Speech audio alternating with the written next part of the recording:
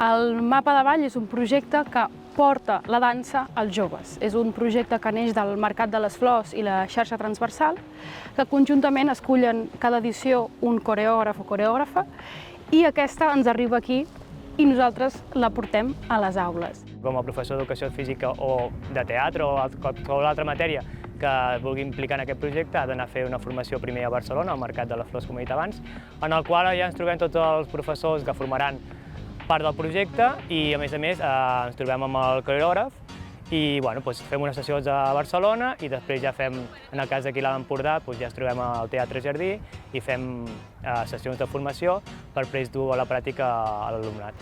L'objectiu, poso cometes, l'objectiu del Mapa de Ball és treballar aquesta coreografia i portar-la a escena, en un teatre, aquí on estem, aquests espais preciosos que els aprofitem i ens encanta, però el que hi ha darrere d'aquest projecte és molt més.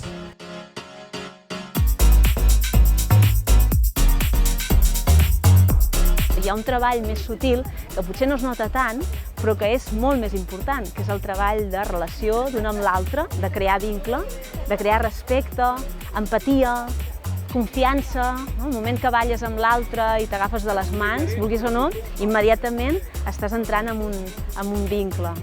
I això és sobretot el que es treballa. Que no ens oblidem de la dansa, que realment el que fa és posar el cos, tinguis el cos que tingui, les capacitats que tingui, posar aquest cos en connexió amb el pensament, amb el cor, amb les emocions. Posa la mà esquerra al colze dret. Posa la mà dreta al clatell. Això ho portem assajant en aquest tercer trimestre, que són aquests 2 mesos que portem. Ho hem assajat al pavelló que tenim a l'Institut del Padró i doncs cada dia, cada setmana, cada grup classe té un dia d'educació física i amb les professores hem anat ensajant aquests balls. Hem fet jocs per aprendre la dansa contemporània i a poc ens han ensenyat aquests balls. Avui veurem una mostra final d'aquestes coreografies que han anat aprenent. Veurem la punta de l'iceberg. Amb aquest ball, tot el grup classe ens hem juntat com més i doncs és com estàvem molt a gust tots el grup classe, que abans potser no ho estàvem tant i era com alliberar-nos, poder ballar, expressar el que sentíem.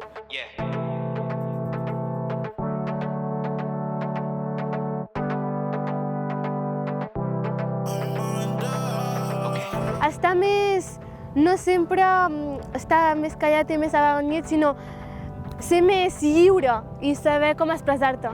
Al principi tots tenen molta vergonya i al final ves que es deixin anar i treuen aquesta part emocional. També treballem molt les emocions i el contacte, la cohesió de grup. Estem fent activitats, no és sempre ballar, sinó que fem activitats de confiança per parelles, deixar-se anar, escoltar, tancar els ulls, tota aquesta part que no es treballa en altres matèries i aquí es treballa tota aquesta més de confiança amb el grup i al final es veu un principi i un final com a nivell de cohesió de grup i de nivell emocional que t'acabes, fins i tot veus ells que aguanten les llàgrimes i a mi se m'acaba una llàgrima quan se m'està acabant ara ja el projecte perquè veus que ells en el fons estan supercontents d'haver participat.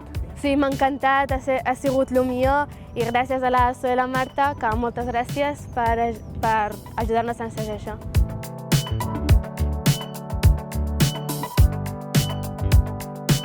Aquests joves, que moltes vegades estan super desconnectats del cos, estem tant a les pantalles, amb algo molt estètic, molt superficial, i el que els fem és obligar-los d'alguna manera, posar-los en bandeja l'opció de connectar i descobrir el seu cos d'una altra manera. També a connectar amb els seus companys i companyes d'una altra manera, perquè normalment costa. També m'agrada destacar que és un projecte que posa tothom al mateix nivell, tant el docent com l'artista com l'alumne. Tothom té un espai per compartir, per proposar, per experimentar i això també és una cosa que fa que el grup es cohesioni, que realment hi hagi un abans i un després de passar pel projecte.